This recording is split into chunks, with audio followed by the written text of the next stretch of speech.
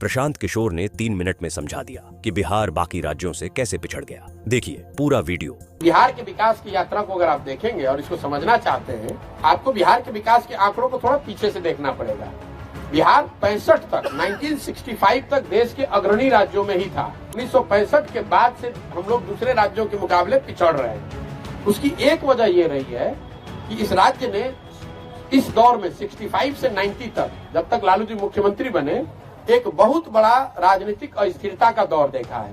67 से 90 के बीच 23 साल में बिहार में 25 अलग अलग सरकारें बनी, 5 बार गवर्नर रूल और अलग अलग 20 मुख्यमंत्री। उस राजनीतिक अस्थिरता के दौर में जहां पर कोई 6 दिन के लिए मुख्यमंत्री था, कोई 6 महीने के लिए मुख्यमंत्री था, हम विकास को बैकफुट पे डाला, विकास को हाशिए पर डाल दिया, जिससे धीरे धीरे दूसरे राज्य आगे बढ़ते गए, हम लोग पीछे छूटते गए।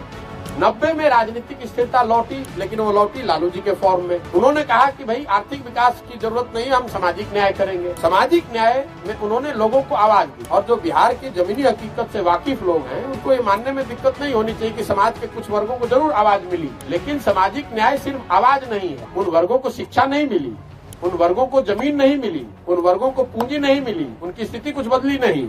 लालू जी ने सामाजिक न्याय के माध्यम से उनको आवाज दी और उस आवाज से अपनी राजनीतिक करियर को आगे बढ़ाया। 2005 से नीतीश कुमार जी वापस आए हैं। 2005 से नीतीश जी का नारा है न्याय संग विकास। नीतीश जी के दौर को आप 2 भाग में समझिए, तब आपको ये बात समझ में आएगी कि राजनीतिक अस्थिरता का कितना बड़ा खामियाजा राज्य की जनता को चुकाना पड़ता है। नीतीश जी के 17 साल के कालखंड को आप 2 भाग में बांट लीजिए। 2005 से लेकर 2012 तक का एक दौर जिसमें राजनीतिक स्थिरता थी, चाहे जिस किसी के भी वो साथ थे, वो लोग मिलकर बिहार के विकास के लिए लगे हुए थे। ज्यादातर लोग बिहार में आपको बताएंगे कि उस दौर में बिहार में कुछ काम होता या बिहार की स्थिति सुधरती हुई दिखी। वो इसलिए दिखी कि इतना अंधकार था कि एक छोटा दिया भी जला तो आपको ज्यादा प्रकाश दिखा, और दूसरा कुछ काम होने का, करने का प्रयास किया गया।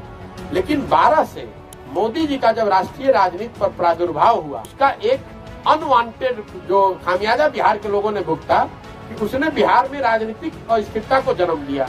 जब मोदी जी 13 से आए राष्ट्रीय राजनीति के परिदृश्य पे, तो नीतीश जी फिर उससे अलग हो गए। तो आप देखिए 12 से 22 के बीच में नीतीश कुमार जी का ये 6वां सरकार का प्रयोग है। जिस एनडीए में थे उससे अलग हट गए। फिर उसके बाद चुनाव जब 14 में हार गए तो मांझी जी को बनाया, वो दूसरा प्रयोग था। तीसरा फिर मांझी जी को हटाकर खुद बने। फिर चौथा जब महागठबंधन के साथ आए। फिर 5वां जब महागठबंधन को छोड़कर एनडीए में चले गए। फिर 6वां जब उस एनडीए को छोड़कर महागठबंधन में आ गए। तो ये आप 10 साल में अगर 6वीं तरह की सरकार बना रहे हैं, तो फिर विकास हासिल